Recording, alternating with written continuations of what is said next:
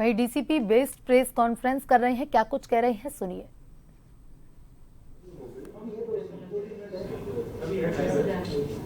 अभी तो 11:30 ही हुआ है, 5-7 मिनट का तो लेवरेज देते हैं।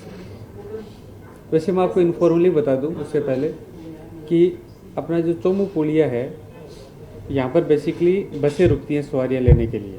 तो एक गिरोह काम कर रहा है करीब 15 साल से, जो अभी तक उसने बताया। बेसिकली एक डीएसटी इंचार्ज ने मुझे एक इनपुट दिया कि साहब यहाँ पे एक गिरोह काम कर रहा है जो जितने भी प्राइवेट बसें हैं इनसे हफ्ता वसूली का कार्य कर रहा है। अगर पैसे नहीं दिए तो चोमू पुलिया से लेकर समोद तक जहाँ जगह मिले उनको बसों पे पत्थर फेंकवा देते हैं अपने दूसरे लोगों से, ग्रुप से। फिर हमने कई बस चालक कंडक्टर इनसे, उसने डीएसटी इंचार्ज ने बात की तो कोई सामने नहीं है कि साहब हम तो एक बार शिकायत दे देंगे और फिर हमारे तो बस चलानी मुश्किल हो जाएगी, और मालिक की मुकदमा देने से मना करते हैं कि उनकी कई बसें चलती हैं। तो एक गोपनीय टीम बनाई गई, भाटरोटा एक सब इंस्पेक्टर है सुरेंद्र सिंह और एक नीरू पांडे उसके साथ में, और एक सागर कांस्टेबल उसके साथ में दिए।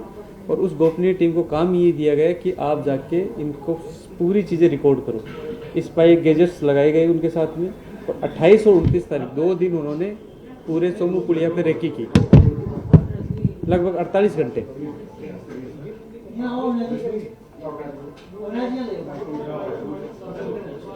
विष्णु, बहुत दिनों बाद दर्शन हो रहे हैं आप।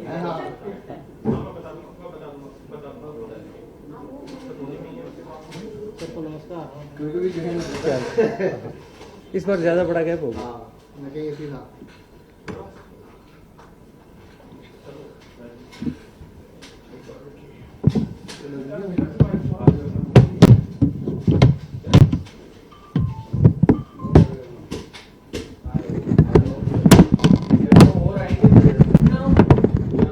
बस 5 मिनट तो वेट करें।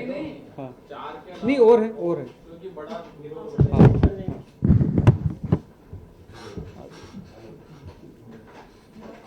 या तो उधर वाली को से खाली करवा लेते हैं। हाँ,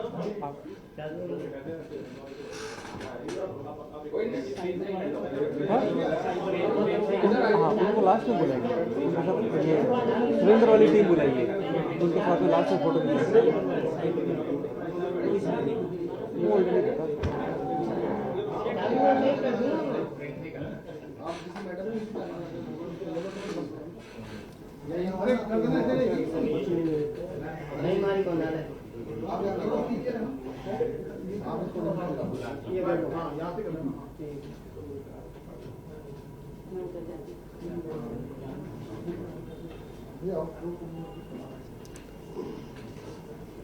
तो जनरल सा ब्रीफ कर देता हूँ मैं आपको। नहीं, ये इससे पहले एक बार आपको मैं बता देता हूँ कि बेसिकली एक डीएसटी इंचार्ज ने एक इन्फॉर्मेशन दी कि साहब चोमू पुलिया के पास में ये बस चालक और कंडक्टर हैं प्राइवेट वाले, इनसे अवैध वसूली चल रही है बरसों से। इस गिरोह का काम क्या है कि बस जो कंडक्टर है उनसे पैसे लेना, 50 से 100 रुपये, अगर लग्जरी है तो 100, अदरवाइज 50 रुपये। अगर पैसे नहीं दिए तो भवानी निकेतन के आसपास या आगे समूह तक जहाँ भी जगह मिले उस पे बसों पे पत्थर फेंकवा देना। जब ये इन्फॉर्मेशन आई तो कई बस चालक कंडक्टर ने आया कि ये संगठित गिरोह लंबे समय से कार्यरत है और इसमें पारी वाइज, शिफ्ट वाइज ये लोग कार्य करते हैं, जिसमें जितने भी बस कंडक्टर हैं उनसे अवैध वसूली करते हैं, और अगर उन्होंने वसूली नहीं दी तो उनको जान से मारने की धमकी और उनकी बसों पे हमले किए जाते हैं। इस पूरे रेकी के दौरान इनकी वीडियो रिकॉर्डिंग की गई, इनकी शिफ्ट वाइज जितने भी लोग थे उनकी फोटो, इन सब से इन गिरोह के बारे में और अधिक पड़ताल शुरू हुई। कल फिर टीम ने एक्शन लेते हुए इस सारे गिरोह को पकड़ना शुरू किया। इसी क्रम में अभी तक 4 लोगों को गिरफ्तार किया गया है, जिसमें 3 वो लोग हैं जो अलग अलग शिफ्ट में कार्य करते थे, और एक व्यक्ति भगवान सिंह वो है जिसके अंतर्गत ये कार्य करते थे। भगवान सिंह को सिक्कर से दस्तयाब करके यहाँ लाकर गिरफ्तार किया। अन्य एक साथी है इनका राजेंद्र उर्फ विजू, जो मूलतः नागौर का रहने वाला है लेकिन वर्तमान में झोटवाड़ा में रहता है, ऐसा सामने है। उसके लिए पुलिस टीमें जगह जगह दबिश दे रही हैं। अभी तक हमारा जो अनुसंधानिक आरंभिक अनुसंधान हुआ, जिसमें एफआईआर दर्ज करके विमलेश सब इंस्पेक्टर को अनुसंधान दिया गया, उसके क्रम में तथ्य सामने आया है कि ये गिरोह प्रतिदिन सिर्फ इसी पॉइंट से 20 से 30 हज़ार रुपये की पर डे वसूली कर रहा है, महीने की 8 से 10 लाख रुपए की वसूली कर रहे हैं, जिसके तकनीकी साक्ष्य भी हम लोगों को मिले हैं। हमने इस संबंधित क्षेत्र में जहां भी पड़ता है, जितनी भी इस तरह की पहले सूचनाएं कंट्रोल रूम को या थाना में प्राप्त हुई जिनमें कोई बसों के तोड़फोड़ की कहीं बात आई, उनका संकलन शुरू किया है। इसी क्रम में तथ्य सामने आए कि परसों लगभग शाम के आसपास एक बस में तोड़फोड़ की घटना हुई, लेकिन बस चालक ने अगेन, जैसा कि मैंने आपको बताया कि जान के भय से या दोबारा कार्य न कर देने पाने के भय से किसी तरह की सूचना नहीं दी, लेकिन चलते राहगीर ने कंट्रोल रूम को एक सूचना दी कि साहब भवानी निकेतन के आसपास किसी बस में पत्थरबाजी हुई है। वो बस निकल गई। पुलिस को, चूंकि पुलिस लगातार इस गिरोह पे कार्य कर रही थी, अभी हमने 4 लोगों को गिरफ्तार किया। गिरोह के अन्य सदस्य की पत्थर मारने वाले इन्होंने कौन हायर कर रखे थे, उनके बारे में अभी जांच जारी, अनुसंधान किया जा रहा है।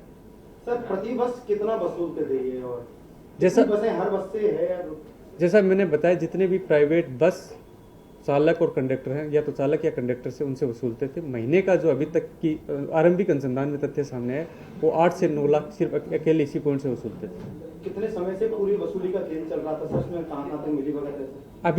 अभी तक जो तथ्य सामने है, करीब 15 साल से ये लोग कार्य कर रहे थे। अभी इन्होंने ये बताया कि इन्होंने 10 रुपए से शुरू किया था, जब ये करीब 15-17 साल पहले शुरू किया था, और अभी ये बढ़ के 50 से 100 रुपए हो गया बस के हिसाब से। सिंडिकेट पे लगातार प्राइवेट बसें चलती है सर, उसमें भी लगातार ऐसी वसूली का मामला सामने आता है।